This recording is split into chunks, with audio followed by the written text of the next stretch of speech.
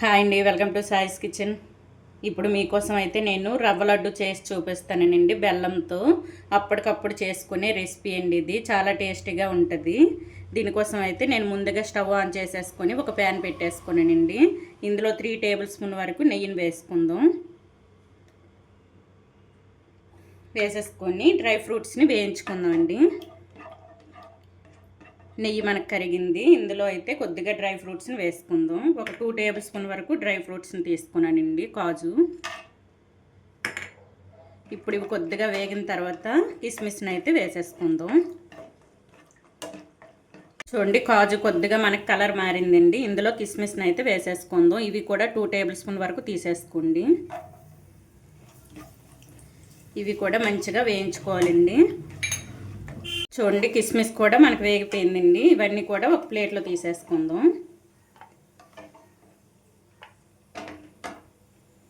ఈ విధంగా తీసేసుకొని పక్కన పెట్టేసుకుందాం అండి. ఇప్పుడు ఇదే నేతిలో 1 కప్పు రవ్వ అండి, 1 కప్పు రవ్వ వేయించుకోవాలి. మంచి గోల్డెన్ కలర్ వచ్చేంత వరకు వేయించుకోవాలండి. 1 కప్పు అయితే తీసేసుకున్నానండి రవ్వ అయితే. ఈ విధంగా వేయించుకోవాలి. మరి కొద్దిగా వేగిన తర్వాత ఎండు కొబ్బరి నేను తీసేసుకున్నానండి. పచ్చి కొబ్బరి ఉన్నా సరే నేతిలో వేయించుకొని ఇందులో వేసేసుకోవాలండి. నేనైతే ఎండు కొబ్బరి తీసేసుకున్నాను కాబట్టి ఇప్పుడు వేసుకున్నా పర్వాలేదండి. మీరు పచ్చి కొబ్బరి అయితే కొద్దిగా నెయ్యి వేసేసుకొని అది రవ్వలో కాకుండా వేరేగా అయితే అది వేయించుకోవాలండి, పచ్చి కొబ్బరిని. ఇప్పుడు నేను ఎండు కొబ్బరి తీసుకున్నాను కాబట్టి రవ్వలో వేయించుకుంటాను. ఇవైతే మంచి కలర్ వచ్చేంత వరకు వేయించుకోవాలి రెండు కూడా. చూడండి, రవ్వ ఎండు కొబ్బరి మంచి గోల్డెన్ కలర్లో వేగిందండి. ఇప్పుడు ఒక బౌల్లో తీసేసుకుందాం. ఒక బేసిన్లో, వెడల్పెట్టి బేసిన్లో తీసేసుకోవాలండి. ఈ మొత్తం కూడా తీసేసుకుందాం. రవ్వనైతే బేసిన్లో తీసేసుకున్నానండి. ఇప్పుడు 1 కప్పు నేను రవ్వ తీసుకున్నాను కదండి, 1/2 కప్పు వరకు బెల్లం తీసేసుకోవాలి. మీరు ఇంకొద్దిగా షుగర్ ఎక్కువ తినని వాళ్ళు అయితే ఒక 3/4 కప్పు వరకు బెల్లం వేసేసుకోండి. ఇందులో కొద్దిగా వాటర్ అండి, ఒక 2 టేబుల్ స్పూన్ వరకు వాటర్ వేసేసుకోండి. 2-3 టేబుల్ స్పూన్ వరకు వేసేసుకోండి. ఇప్పుడు ఈ బెల్లాన్ని కరిగించుకోవాలండి. కొద్దిగా మనకు జిగురుగా అనిపిస్తే సరిపోద్ది, పాకం ఏం అవసరం లేదండి. కొద్దిగా జిగురుగా మనకు చేతికి తగిలితే సరిపోద్దండి. చూడండి, బెల్లం కరిగి మనకి కొద్దిగా జిగురు పాకం వచ్చిందండి. ఈ విధంగా మనం చేతితో పట్టుకునేటప్పుడు కొద్దిగా జిగురుగా ఉండాలండి. చూసారా, ఈ విధంగా ఉండాలి మనకి. ఇంకా ఎక్కువ పాకం అవసరం లేదండి. ఇందులో ఒక 1/4 టేబుల్ స్పూన్ వరకు ఇలైచీ పౌడర్ అండి, యాలకుల పొడి వేసేసుకుందాం.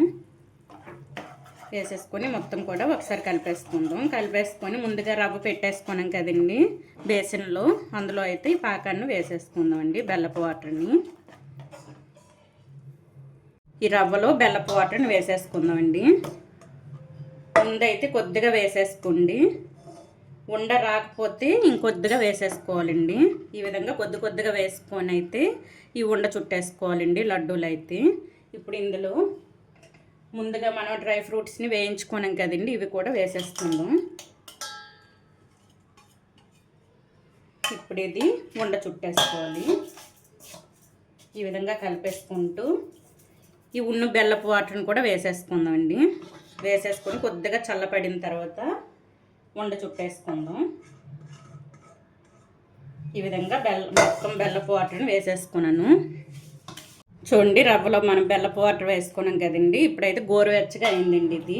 ఇప్పుడు ఇందులో కొద్దిగా పాలను వేసుకుంటూ కలిపేసుకోవాలండి.